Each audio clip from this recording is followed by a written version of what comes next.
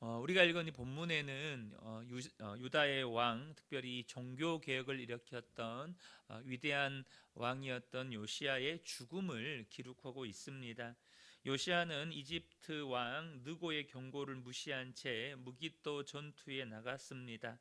실상 느고는 하나님의 뜻을 전했지만 요시야는 이를 깨닫지 못하고 자신의 욕심대로 밀고 나갔고 결국 적군의 화살에 맞아 중상을 입고 죽게 됩니다. 예레미야를 포함한 온 유다 백성은 그의 죽음을 깊이 애도합니다. 이제 요시야가 죽음으로써 성전에서 발견된 율법책의 예언처럼 유다의 멸망이 점점점 다가오고 있다는 것이죠. 애굽왕 누고는 하나님의 명령으로 자신이 아수르를 치러 가는 길이니 이 요시야에게 방해하지 말라는 말을 전합니다.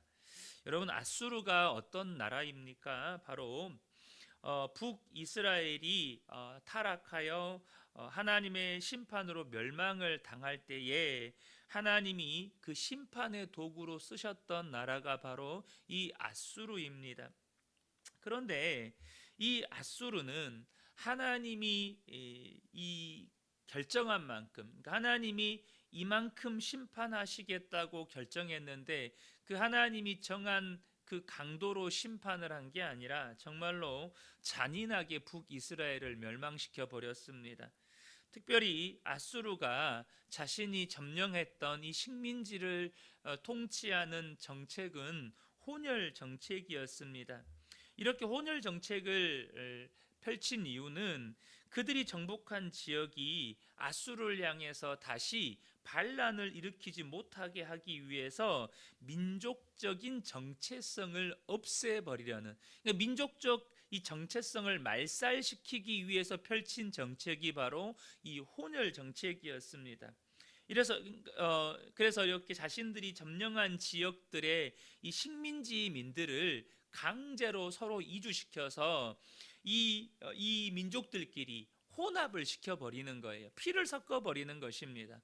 다른 민족들이 서로 결혼을 시켜서 언어를 섞어버리고, 무엇보다도 이렇게 민족이 섞일 때 무슨 문제가 발생하냐면 단순히 피만 섞이는 것이 아니라 그들의 신앙 또한 섞이게 됩니다.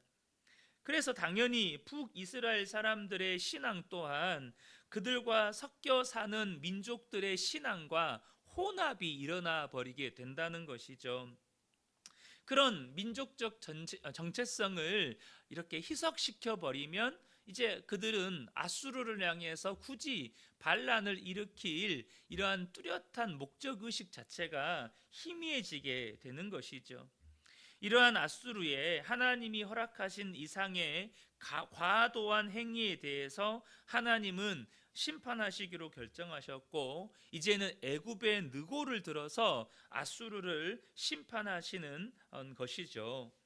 물론 성경에 이에 대해서 자세하게 말씀하고 있지 않기 때문에 느고가 하나님을 빙자한 것인지는 다 확인이 되지는 않습니다. 다만 여러분, 요시야는 느고를 통해서 이렇게, 느고가 하나님께서 이렇게 하셨다라고 말씀하실 때 정말로 요시야가 하나님을 섬기는 사람이라면 그 말을 허투루 듣지 않고 분별했어야 했다는 것입니다. 다시 말해서 이 느고가 하나님이 나를 통해서 지금 아수르를 심판하시려고 하시는 것이다, 너는 내 앞길을 막지 말아라 라는 이 말씀을 들었을 때 요시야는 하나님 앞에 나아가 엎드려 어떻게 해야 하는지를 묻고 응답을 받았어야 했다는 것입니다. 히스기야 왕 시절에 아수르의 사네립도 자신의 침공이 하나님의 뜻이라고 주장했었잖아요. 물론 그것은 거짓이었습니다. 그러나 다만 우리가 이 사건을 통해서 반드시 알고 인정해야 하는 것이 있습니다. 그게 두 가지가 있는데요. 첫 번째는 하나님은 역사의 주관자이시고 모든 나라와 족속의 통치자시라는 것입니다. 하나님은 얼마든지 나라를 일으키실 수도 있고 폐하실 수도 있고 어떤 왕도 세우실 수도 있고 폐위시키실 수도 있다는 것입니다. 여러분 잘 아시는 것처럼 다니엘서에 느부갓네살 왕이 자신이 건축한, 자신이 이룩한 이 나라를 그 왕궁 옥상에 올라가서 내려다보면서 뭐라고 이야기합니까? 내가 이 모든 것을 이루었다라고 그렇게 스스로 자평하면서 교만을 떨 때 그의 말이 그 입에서 나오기도 전에 하늘에서 음성이 들려서 하나님께서 그 느부갓네살의 왕위를 폐하시겠다고 말씀하십니다. 여러분 꼭 기억하십시오. 하나님이 세상의 역사의 주관자이시고 모든 나라와 족속들을 통치하시는 만왕의 왕이십니다. 하나님이 얼마든지 나라를 세우실 수도 있고 폐하실 수도 있고 왕을 세우실 수도 있고 폐위하실 수 있다는 것입니다.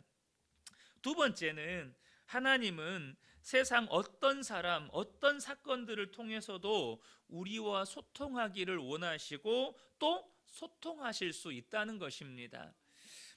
그러므로 때로 하나님께서 이 사람을 통해서 혹은 지금 이 사건을 통해서 나에게 어떤 메시지를 주고 계시지는 않은지, 나에게 지금 뭔가를 말씀하고 계시지는 않은지 우리는 늘 주의 깊게 살펴보고 분별할 수 있어야 한다는 것입니다. 물론 하나님은 성경을 통해서 우리에게 말씀하십니다. 그래서 성경을 통해서 하나님의 말씀, 하나님의 음성을 듣는 믿음의 태도는 우리의 신앙생활에 있어서 매우 중요합니다. 저와 여러분이 어떤 사건이나 혹은 사람을 통해서 어떤 말씀, 이거 하나님의 말씀인가? 라는 그런 마음에 어떤 의구심이나 의문점이 들을 때 이것이 하나님의 뜻이냐 하나님의 말씀이냐라는 분별하는 기준도 여러분 이 성경 말씀이어야 합니다. 그런데요 여러분, 저와 여러분이 성경을 이렇게 중요하게 여기는 것과 성경만 중요하게 여기는 것은 다르다는 것입니다. 성경은 중요합니다. 성경이 기준이어야 합니다. 그러나 오로지 성경만 중요하게 여기는 것은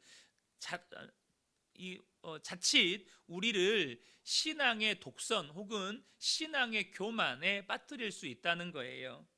여러분 이게 무슨 말이냐면 오해해서 들으시면 안 되는데요. 영적인 일이나 거룩한 일은 따로 있는 것이 아닙니다. 다시 말해서 오로지 교회 안에서만 이루어지는 일이 영적인 일이고 거룩한 일이거나 하나님은 오로지 성경만을 통해서 이 성경을 통해서만 우리에게 말씀하실 수 있는 것이 아니라는 것입니다. 하나님은 얼마든지 우리의 삶의 현장에서 우리의 삶에 일어나는 일들이 얼마든지 영적이고 거룩한 일이 될 수 있다는 거예요. 여러분 하나님께서 저와 여러분에게 직업을 주시잖아요. 어떤 분은 직장에서 일을 하실 것이고 어떤 분은 사업을 하실 것이고 여러분 그것은 거룩한 일이 아닙니까?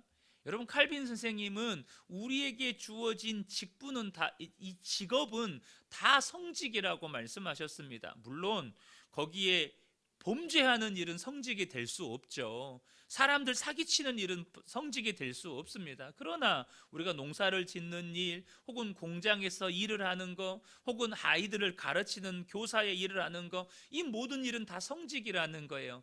그러므로 여러분 우리가 뭘 알아야 됩니까? 하나님은 우리가 살아가는 삶의 현장에서 우리가 만나는 사람이나 혹은 겪게 되는 사건을 통해 얼마든지 우리에게 말씀하실 수 있고 우리는 그 말씀을 분별함으로써 하나님과 소통할 수 있어야 한다는 것입니다.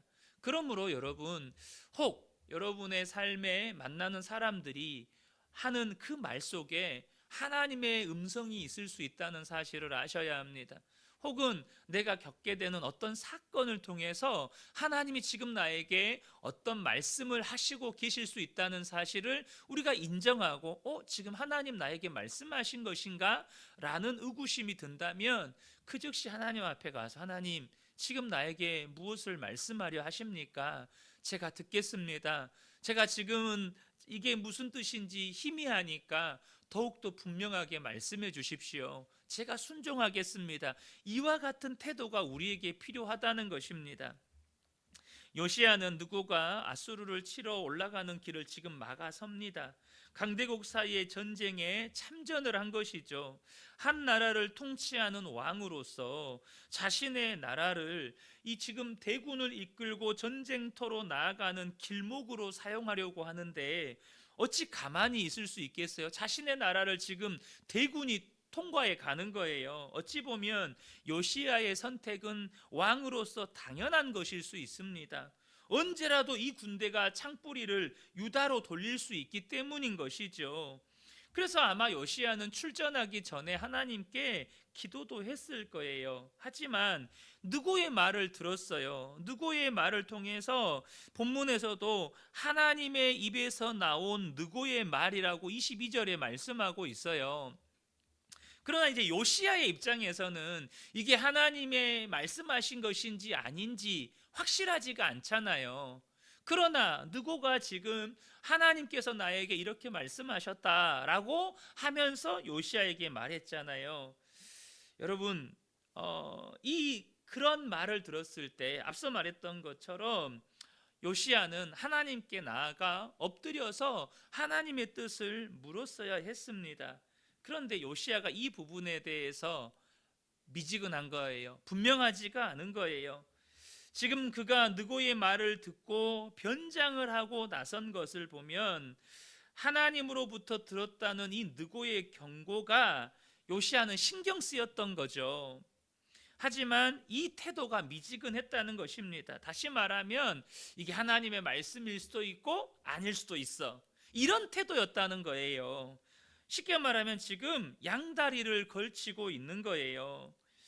그게 지금 요시야 마음 안에 확신이 없고 이게 하나님의 뜻일 수도 있고 아닐 수도 있어. 그랬다면 하나님 앞에 가서 엎드렸어야 했어요. 하나님, 지금 하나님의 뜻은 뭡니까? 하나님 나에게 뭐라고 말씀하시는 것입니까? 분명하게 듣고 분별했어야 했다는 거죠. 그런데 요시야는 이게 하나님의 말씀일 수도 있고 아닐 수도 있어. 이런 불분명한 상태에서 만일의 사태에 대비할 것이 아니고 하나님께 묻고 이것이 정말로 하나님의 말씀이라고 믿었다면 전쟁을 할 것이 아니라 군사를 물렸어야 했다는 것이죠. 우리가 이렇게 하나님의 말씀 앞에 불분명한 태도를 취할 때가 참 많습니다. 다시 말하면 하나님의 말씀에 순종한다고 하면서도 본인 안에 확신이 없으니까 이것이 아니었을 때를 대비해서 차선책을 마련해 둔다는 거예요.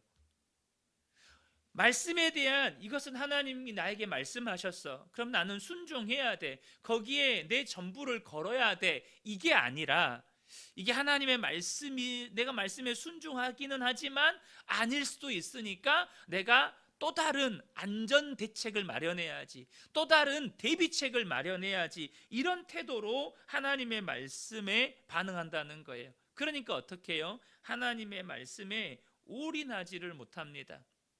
하나님의 말씀인지 아닌지 이것도 불분명하고 그래서 하나님께 온전히 맡겨드리지도 못하고 온전한 순종도 안 되고 하나님의 역사도 경험하지를 못한다는 것입니다. 오늘 본문에 보세요. 하나님은 우연한 화살도 사용하시는 분이십니다. 하나님은 완전한 분이세요. 하나님은 완전한 분이십니다. 그러므로 저와 여러분이 하나님의 말씀 앞에 분명한 태도를 취하셔야 한다는 것입니다. 내 안에 믿음이 없어서 하나님, 이게 하나님의 말씀인 것 같은데 내 안에 확신이 없습니다. 내 안에 확신이 없다면 하나님 앞에 엎드리는 거예요. 하나님, 내 안에 확신이 없으니 내게 믿음을 주세요. 순종할 수 있는 믿음을 주세요. 이게 하나님의 뜻이라고 다시 한번 나에게 말씀해 주세요. 그리고 내가 순종할 수 있도록 도와주세요. 이것이 하나님 앞에 오히려 정직한 믿음의 태도라는 거예요. 그러면 하나님은 우리의 연약함을 아시고 분명하게 말씀해 주시고 또한 그 말씀에 대한 분명한 확신도 우리에게 더해 주신다는 거예요. 우리가 어제 잠깐 아브라함 나눴지만 아브라함이 처음부터 온전한 믿음 아니었잖아요. 그런데 하나님 어떻게 하십니까? 기다려 주시고 그의 믿음을 더욱더 온전하게 빚어 주십니다. 그런데 이것도 저것도 아닌 불분명한 태도에서 차선책을 마련해 놓고 아브라함의 차선책이 있었죠. 무엇이었습니까? 이스마엘. 근데 그 차선책이 어떻게 됩니까? 지금 온 지구를 갈등으로 몰아넣습니다. 여러분, 우리의 차선책이 최악의 선택이 될 수 있다는 것을 아셔야 합니다. 여러분, 우리의 차선책은요, 차선책이 아니고 최악의 선택이 돼버리는 거예요. 그러므로 우리가 믿음이 없고 하나님의 말씀인지 아닌지 불분명할 때는 하나님 앞에 엎드리시라는 겁니다. 주님, 내게 말씀해 주십시오. 주님, 내게 믿음 주십시오. 순종할 수 있도록 도와주십시오. 그러면 우리 주님께서 우리를 빚으십니다. 역사하신다는 것이죠. 이 새벽에 함께 예배드리는 우리 모든 성도님들 가운데 그렇게 하나님을 온전히 신뢰하고 순종함으로 하나님의 놀라운 역사를 경험해 가시는 복된 분들 되시기를 예수님의 이름으로 축복합니다.